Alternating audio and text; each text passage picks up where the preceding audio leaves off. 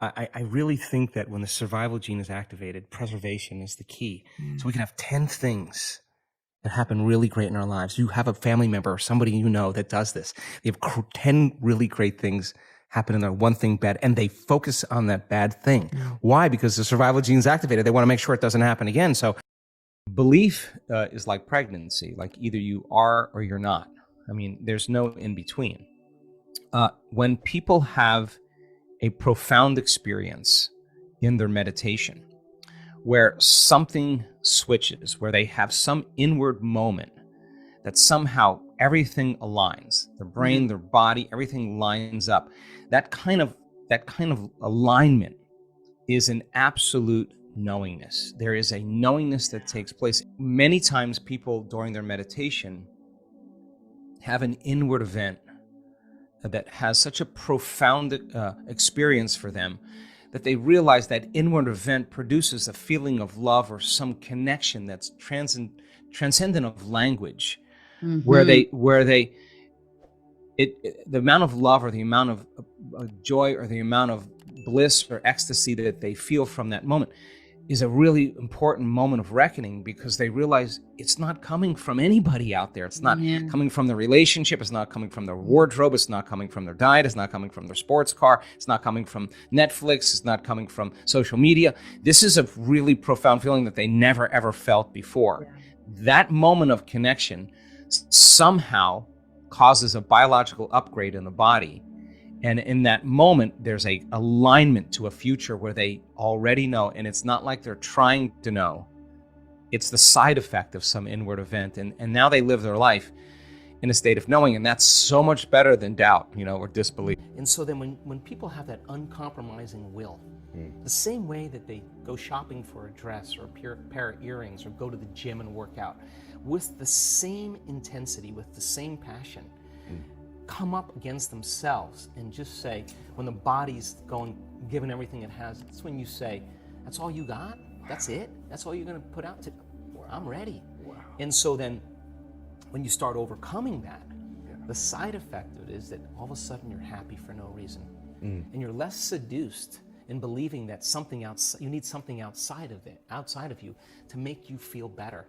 All of a sudden you're feeling better every day without anything outside of you. And now all of a sudden you start showing up unpredictable in your life. They're saying, that Ed guy, that stopped the flow of the divine in us, that an essence in us. The side effect is we become more willful, we become more mindful, we become more conscious, we become more loving. It's its nature, Yes. It just becomes who we are. Knowledge, experience, wisdom. Philosophy, initiate that philosophy, master it. Yep. Mind, body, soul, thinking, doing, being, learning it with your head, applying it with your hands, knowing it by heart.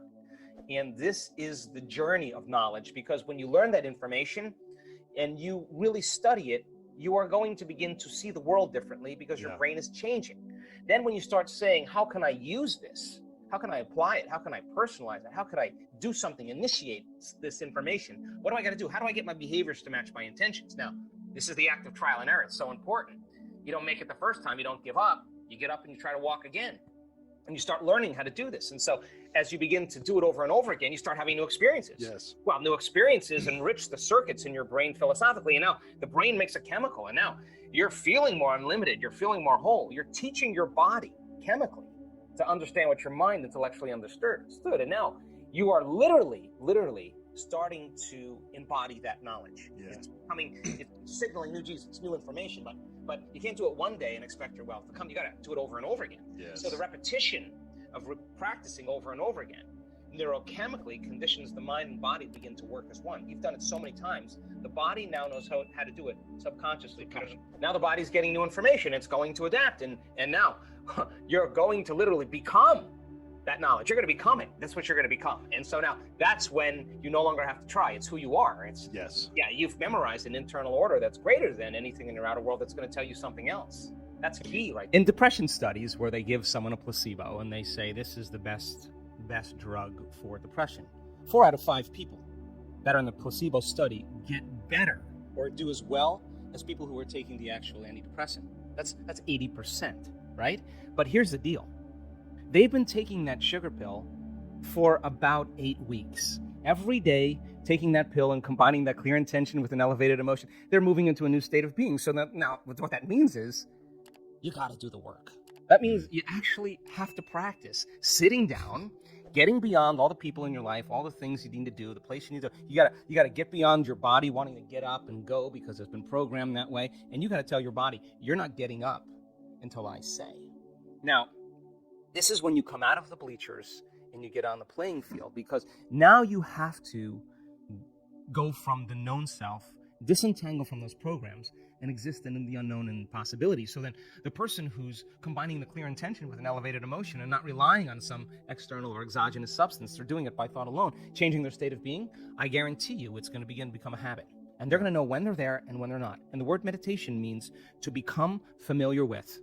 So then the more you become familiar with how you feel in changing that state of being, the easier it will be for you to do it with your eyes open as well as your eyes closed. And if you go back to the old state of being, there's a good probability that your pain or your condition will come back. So there's this kind of waltz that goes on when people are learning how to heal and change. They take a few steps forward and then a few steps back, and then 3 steps forward and only 1 step back.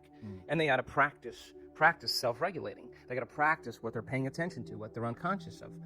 And if you stay with it for a long enough period of time, all of a sudden now the person reaches a point, we've measured what happens, where their chemistry changes so dramatically that they're literally in love with life. Now, imagine what happens when oxytocin is released in the quantities that we see. Oxytocin signals nitric oxide. Nitric oxide signals a chemical called endothelial-derived relaxing factor, and that's a big word or set of words that just means a chemical that signals the arteries in your heart to literally expand. And when they expand, you're getting more blood flow in there. And just like when your sexual organs are aroused and there's blood flow in there, now with the same intensity, you're going to feel it right in your heart, and it's going to be way bigger. And now the person's heart is wide open. And so here's the question. The person feels those emotions. Do you think they're going to want to judge somebody else in that moment? You think they're going to want to hold a grudge? They're not going to try to forgive. They're going to feel so amazing. They're not going to want to lose this feeling, and they're just going to say, I forgive you. I'm not going to. Now that's the side effect of true transformation. The side effect is a greater level of consciousness. The side effect is a greater skill set in life. And I think that when you start getting good at this, then all the things you thought you wanted, you no longer want, because when you're creating more brain and heart coherence, you feel more whole. And the more whole you feel, the less you live in lack. So how could you want many things if you feel whole? It feels like you already have them. And that's actually when you start to see those wonderful miracles, those synchronicities, those serendipities, those coincidences happening in a person. Those are experiences coming to them. That's the field dropping breadcrumbs saying, keep going, keep going. And there's a synchronization between that person's energy and their future. And the side effect of that are signs. And that's when it gets to be exciting, because every sign does what? It creates an enthusiasm and excitement. Every synchronicity creates that elevated emotion, and you use that energy for the next creation, and people climb out of their lives, climb out of their past.